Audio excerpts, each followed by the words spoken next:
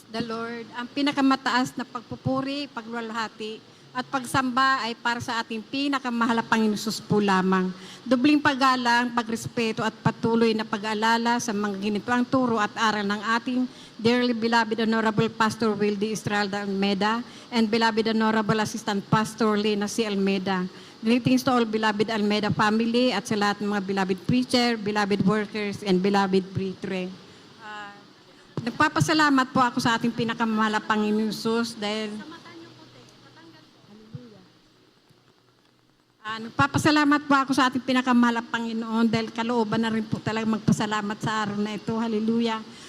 Nagpapasalamat po ako sa ating pinakamahal na Panginoon dahil mula po nung nakilala ko ang mahal na Panginoon year 1992 sa dako po ng Luneta. Babahagi ko lang po sa inyo kung paano ko nakilala ang mahal na Panginoon. Isa po akong televiewer. Sa taong 1992 na yan, krusada po sa Luneta. Sa 10 araw po yon, nabasa ko po sa telebisyon. Paanyaya po ng ating pinakamahal na Panginoon, krusada po yon. Tinry ko pong dumalo, hallelujah.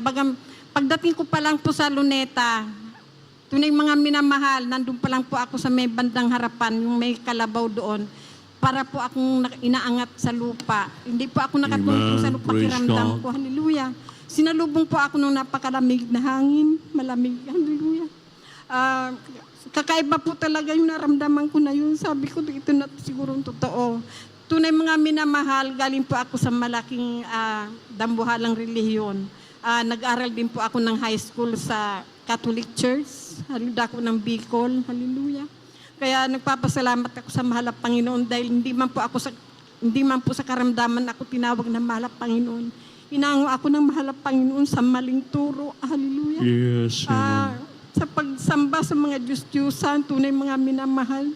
Nagpapasalamat ako sa ating pinakamahal na Panginoon dahil nung araw na yung unang araw pa lang mga minamahal, napakinggan ko ang pangaral ng ating ginagalang Pastor Wildy Estrada Almeda na kapag tinanggap mo ang bautismo sa tubig sa pangalan ng ating pinakamahal na Panginoon, kaya hindi ka na iyon man ng gamot pagka nagkaroon ka ng karamdaman. Tunay mga minamahal, sinubukan ko po yan kasi sa 10 days na krusada, araw-araw po nandun ako. Hallelujah. Nagtataka po yung beloved husband kung bakit ano raw ba nakain ko at araw-araw ako nagpupunta doon. Parang nasarapan po akong makinig ng mga preaching, mga patotoo. Hallelujah. Sinubukan ko po yun talaga na bago ako nagpabautismo. Sa pagdalo ko po, pag-uwi ko sa amin, nagkaroon po ng karamdaman na aking panganay na anak. Tunay mga minimal, 5 araw na hindi ko po pinainom ng gamot dahil gusto ko pa talagang patunayan kung totoo. Tunay mga minamahal, sabi ko sa linggo magpapabautismo na ako. Sabi ko, ililians ko yung anak ko kung talagang totoo. Tunay mga minamahal, pag uwi ko nga po sa amin, nilians ko po yung anak ko para po nagdahilan yung anak ko humingi ng pagkain. Hallelujah. Sabi ng beloved husband ko, ano bang ginawa mo? Sabi ko, sinubukan ko lang yung napakinggan ko na magkaroon ng pananampalataya. Hallelujah. Maraming salamat sa ating pinakamamahal na Panginoon. Isa pa mga minamahal, siyempre bago pa lang ako sa mahal na Panginoon, yung pagpupuri mga minamahal, kahit wala po akong alam na maraming awitin, nagpupuri po kami sa bandang hapon. Mga anak ko, 3 po anak kong babae. Dumating po yung aking beloved hipag, sabi niya, ba't nandiyan kayo sa kusina? Sabi niya gano'n. Sabi ko, kasi meron pa kaming mga Diyos-Diyosan diyan. Sabi kong gano'n. Sabi niya, isuko niyo yan doon sa kabilang, GIL po yon. Hallelujah, sorry mga minamahal. Tunay mga minamahal, nagtanong po ako sa mahal na Panginoon. Sabi ko, mahal na Panginoon, totoo ba yung sabi ng hipag ko na isuko ko raw doon? Tapos binuksan ko po yung Biblia. Sinagot po ako ng mahal na Panginoon. Sabi, ingat kayo na huwag kayong iligaw ni inuman sapagkat magsasabi na sila ay nasa, hallelujah. Tunay mga minamahal, sabi, hindi ko po talaga sinunod niya, irisuko ko yung mga Diyos-Diyosan ko doon. Sabi ko, kaya nagpapasalamat ako sa mahal na Panginoon dahil totoo po talaga ang ating mahal na pastor, sugo ng Diyos. Hallelujah. At nagpapasalamat din ako sa ating pinakamahal na Panginoon dahil nagkaroon din po ako ng car accident. Overnight din po yun, dadalo ako dito, hallelujah, 8 o'clock. Pagtawid ko po mga minamahal, tumingin naman po ako sa kanang kaliwa, wala po akong nakita kasi napakaliwanag po ng ilaw. Pagdating ko po sa gitna, may biglang bumulaga po, talagang bagsak po ako. May bumundol po sa akin ng single motor, yun pala po, yung motor na yung walang ilaw, tapos ang may dala po, kabataan, minor de edad pa. Tapos kabulagta po ako sa gitna ng kalsada. Pinasasalamatan ko sa mahal na Panginoon dahil wala po talagang dumadaang sasakyan. Kung kailan po ako naitayo nila, malaking truck po yung dumadating. Kaya nagpapasalamat po ako sa ating pinakamamahal na Panginoon sa pag-iingat niya. Yes, amen. Hallelujah. At pinasalamatan ko. Hallelujah.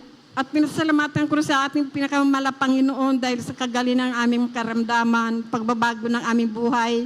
Dahil nung kabataan ko mga minamahal, party goer po ako. Hallelujah. Dito rin po ako tinuruan ng mahal na Panginoon na magsuot ng may kabanalan. Hallelujah. Purihin ka mahal na Panginoon. Pinasalamatan ko yan sa ating mahal na Panginoon dahil sa beloved husband ko, idadagdag ko na lang po ito. Beloved husband ko po, talagang nagkasakit po yun. Sabi ko, mahal na Panginoon, ay pakita mo sa aking beloved husband ng himala. Hallelujah. Napagalingan ng karamdaman niya. Alam mo mga minamahal, dito po siya pinagaling na ating pinakamahal na Panginoon. Oh, glory to God. Hallelujah. Bedridden po talaga siya noon. Diyan pa po sa dako ng Mikawayan. Inaakyat po talaga yan doon sa hagdanan, naka-wheelchair lang. Hallelujah. Pinasalamatan ko yun sa ating pinakamahal na Panginoon dahil hindi po talaga siya nakakalakad. Ang findings po ng doktor sa kanya, stroke po siya. Cancer na po yan. Hallelujah. Sabi ko, gusto mong gumaling, sumama ka sa akin sa gawain ng Jesus Miracle Crusade. Pumayag naman po siya. Tapos nung sinama ko po siya ng araw ng Wednesday, sabi ko magpabautismo. Pumayag na po siya magpabautismo. Kaya hirap na hirap nga po yung mga brother kasi hindi nakakalakad eh. Hallelujah. Tapos pag Friday din naman po, naisama ko rin po ng overnight. Pag linggo naman po, pangatlong dalo niya, glory to God, talagang himala talaga ng ating pinakamahal na Panginoon. Hallelujah. Pinalakad po siya ng ating pinakamahal na Oh, glory to God. Hallelujah. Maraming salamat sa ating pinakamamahal na Panginoon dahil isa rin po ako sa tinawag na mahal na Panginoon bilang mga awit sa gawain ito na Jesus Miracle Crusade bilang adult square member. Hallelujah. At hanggang dito na lang po, lahat ng kapurihan pasasalamat ay tanging sa ating pinakamamahal na Panginoon Jesus po lamang. Hallelujah. Praise the Lord. The Bishop, beloved Sister Nelia